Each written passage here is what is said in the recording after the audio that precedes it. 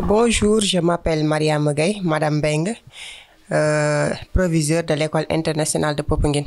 Madame Soukay Sarr, directrice au niveau du primaire, professeur d'anglais à IUP.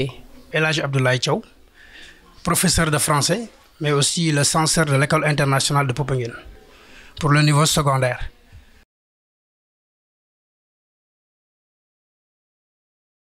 EIP est une école qui se veut être internationale. Cette année est notre 5e année. Nous avons démarré avec une seule classe 6e.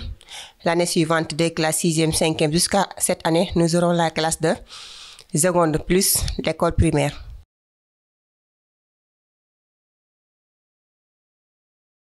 On a commencé les inscriptions depuis plus d'un mois et là, on les poursuit. Voilà, je pense qu'on va entrer dans l'année scolaire d'une manière demandée par l'État du Sénégal. L'école EIP prend le programme sénégalais, mais en plus du programme sénégalais, nous faisons également de l'anglais, informatique, éducation artistique, musique, etc. En plus du programme sénégalais également, il y a également des activités sportives que nous faisons. Il y a le basket, le football, etc.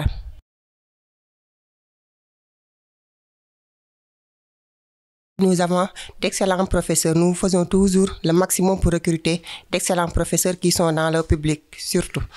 Maintenant, nous faisons tout pour terminer notre programme. Ensuite, les programmes sont respectés. Il y a également, les élèves ont la possibilité de faire également d'autres cours pour mieux les préparer pour l'avenir. Au niveau du primaire, nous avons d'abord 8 heures de cours de plus par semaine. Ce qui est spécifique là-bas, c'est que nous cours, parfois on sort de l'école pour faire des cours d'anglais. Déjà au primaire, en CI et CP, on enseigne les enfants sur le speaking, c'est-à-dire le langage. Et une fois au C1, C2, on commence à les apprendre à écrire en anglais. Une fois CM1, CM2, on entre vraiment dans la grammaire anglaise pour préparer le 6e. fii dañuy jàngal xale bi anglais ci ba mu nekkee lu ndaw te dañ gis ne CM bi la ñuy commencé jàngale anglais informatique tamit xale yi dañ ci teel a dugg ngir am ci connaissance parce que xam nañu ne jamono ji c'est un monde numérique te gis nañ ne aussi xale nga former ko ci loolu ci bas âge bi moom mooy ëpp njëriñ fuuf nga xaar ba mu yegg ci yenn niveau yi du ko jàng parce que day màggaale ak moom donc loolu bokk na ci spécificité yi te tamit sunu liggéey toujours day feeñ ci résultat yi daaw ñu ngi am ci BFM bi 67%, donc loolu classé également au niveau du département parmi les meilleurs loolu sag la bi nga xam te ne école internationale am na ko boo seetee sunu classe yu ndaw yi 6e yi 5e yi presque bon da ngay gis ne tout le monde da ngay gis ñëpp ñoo am moyenne passage bi aussi c'est le même cas dañuy jàll en masse ndaxte directeur Bamba Ndiaye lu mu indi mooy pour suqali gox gi ci wàllu jàng day prôner aussi le bac international ndaxte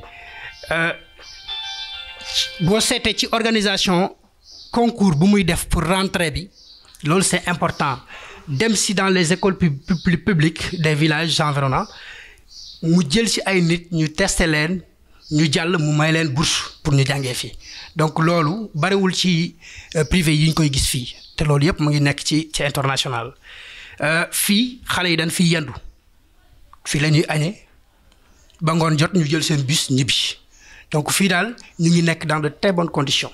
Et on a aussi l'internat, mais l'internat à partir de 10 ans pour les enfants qui habitent dans les autres régions.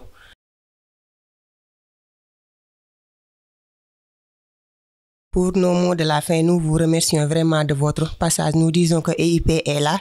C'est une école de la zone qui polarise beaucoup de villages. Nous vous invitons à venir inscrire vos enfants car ici, il y a vraiment de l'avenir pour vos enfants. Sécurité. am na fi wax dëgg yàlla xale yi dañ leen di taxaw daanaka sax dañuy am bi ay parents yoo xam te ne dañuy daanaka ñoom dafa mel ni ay mère de famille lañ waaw symbiose boobu daal ñu ngi koy dundal fii bokk ak ñoom gëdduñu leen en tout cas ñu ngi leen di jàngal bon sens te loolu moo gën a am solo nga xam ne xale day màggaale ak loolu ba ku ko gis rek naw ko kon ñu ngi woo ñëpp ñu ñëw inscrire seen doom ci école internationale de Popenguine.